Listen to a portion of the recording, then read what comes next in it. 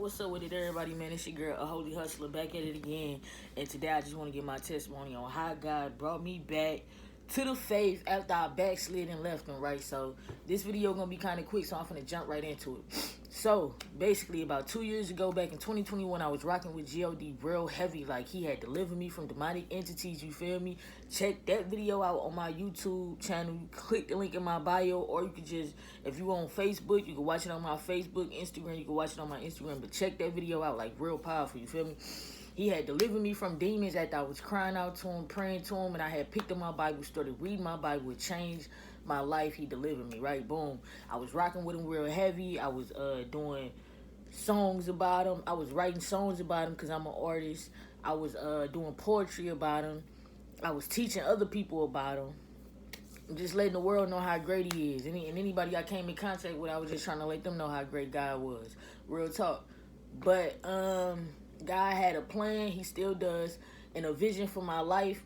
And I wasn't completely on board with the vision and the plan because I struggled with self-doubt. I didn't believe I was worthy of it. I didn't believe I was capable of doing what he called me to do.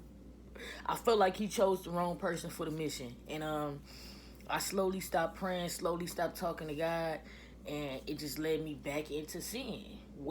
I went from being so connected to God, praying, reading my Bible, studying my word, to the point where when I asked God a question, he would speak to me and I would hear him clear as day, as if he was sitting right next to me. That's how connected I was to the source. You see what I'm saying? So I know how to build a relationship with him. You see what I'm saying? But I still didn't know him. I just had experiences of him. I had spent a lot of time with him, but I still didn't come into the full knowledge of who he is or who he was, you know what I'm saying? But due to my fear and my disobedience, because God would tell me to do certain things and I wouldn't do it out of fear, because once again, I told you, I feel like I wasn't worthy. I felt like I wasn't who I felt like I couldn't be all that he called me to be. I was really doubting. Like, I was really, really doubting myself. I was really, really doubting him. Everybody around me believed in me and believed in the calling that God had on my life, and they felt like I could do it, but I just couldn't see it for myself. And y'all know the scripture, as a man thinketh, so is he. So if you think you're not worthy, then your actions is going to reflect what you think about yourself. So boom, I ended up walking away from the faith, man, because I felt like I couldn't get on YouTube or Instagram or Facebook. Like, I couldn't be making these videos talking about God and I'm not praying to him no more. I'm not reading the Bible.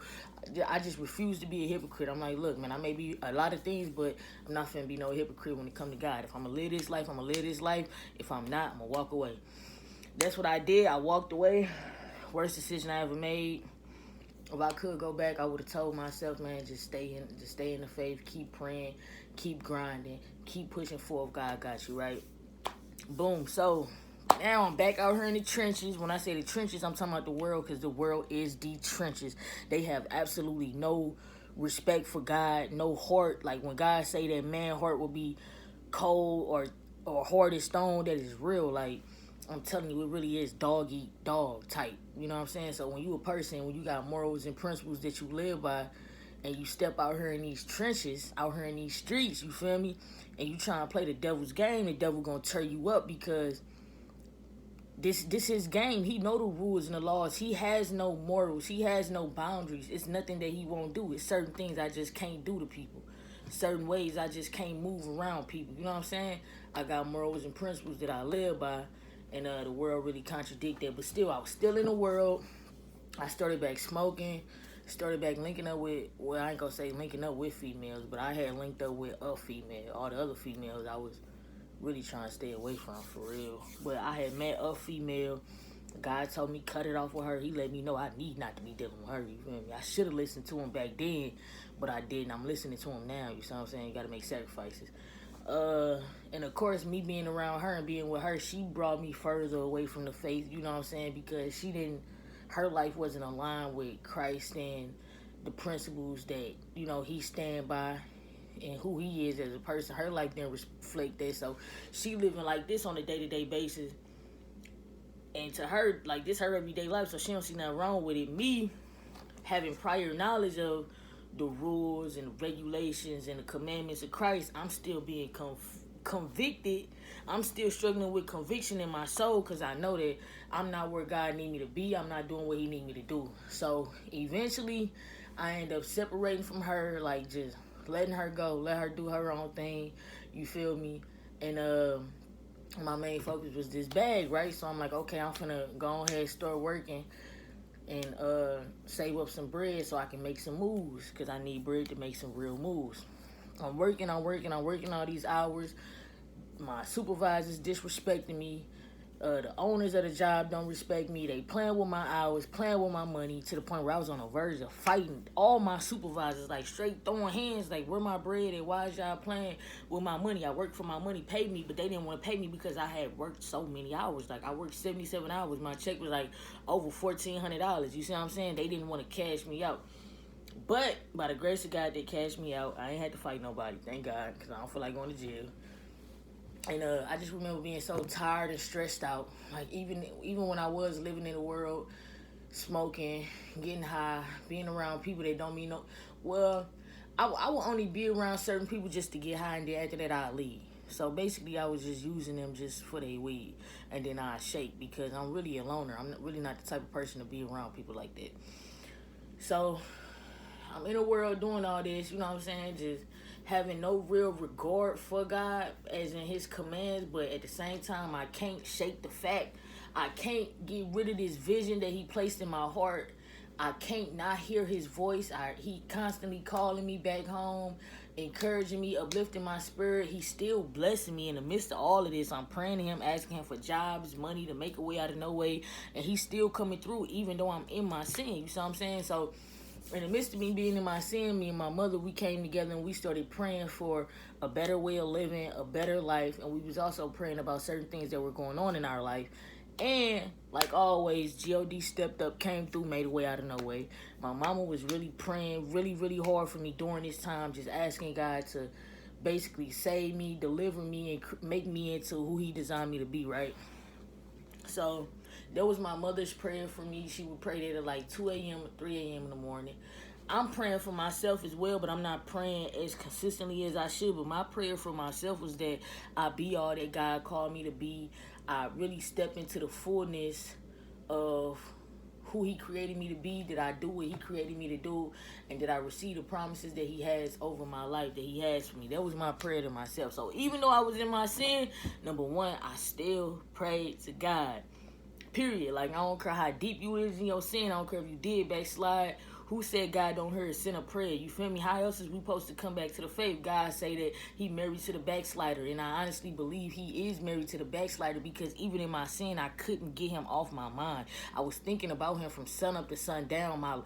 I just wasn't taking action on the thoughts that I had about him. But I couldn't get him out of my mind, out of my heart. I would find myself, I want to say, playing around with the vision. Like, he would give me dreams and goals and aspirations. I would find myself setting those goals and working towards them, and he was blowing my mind even then. Mind you, I'm still in my sin. I put my hand forth to do his works, but I'm really not working with him. I'm working without him, you know what I'm saying? And it just got to a point where I just couldn't do it no more, man. I was frustrated, angry, upset with the way my life was going, and I had to take accountability and understand, like, man, I am where I am because of the decisions I made. I remember opening up the Bible. I remember sitting down in my room, opening up the Bible, and as I was opening up the Bible, God was talking to me. And one thing he said that really stuck out to me is he said, your life you could be flourishing right now. Like, just let me know, like, man, if you would never left me, you would be up for real. You would be flourishing. Like, my main focus was to put you up on your feet. Mind you, I'm listening to the Bible, but the way these scriptures is designed, the way he talking to me through these scriptures, I feel like he, once again, sitting right next to me talking to me. So I asked him, I'm like, God, how do I get back to that place with you? You know what I'm saying? His response to me was, include me in your everyday life. Build a relationship with me. Talk to me every day. Spend time with me every day. Like, every day on some consistency type. You know what I'm saying? So I'm like, all right, cool. You feel me? Didn't do it right then and there, but later on down the line, my life just started going downhill, and I just noticed how God was taking stuff away from me. Like, all of my idols, he was taking them away. people that I had in my life that didn't belong in my life, he was snatching them out of my life. And no matter how much I would go back and try to get them people, well, I ain't gonna say people because I'm really not no people chaser. I'm just say a little female I was dealing with at the time, you feel me? Even though God told me cut that off because I wasn't supposed to be dealing with her, period, point blank.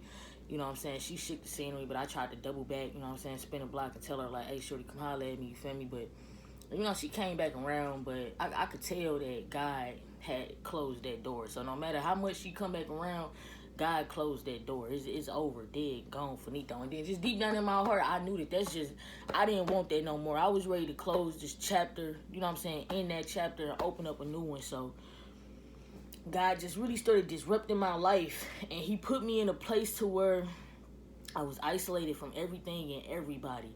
But it wasn't like no bad type of isolation. It was more of I was isolated from all of my distractions.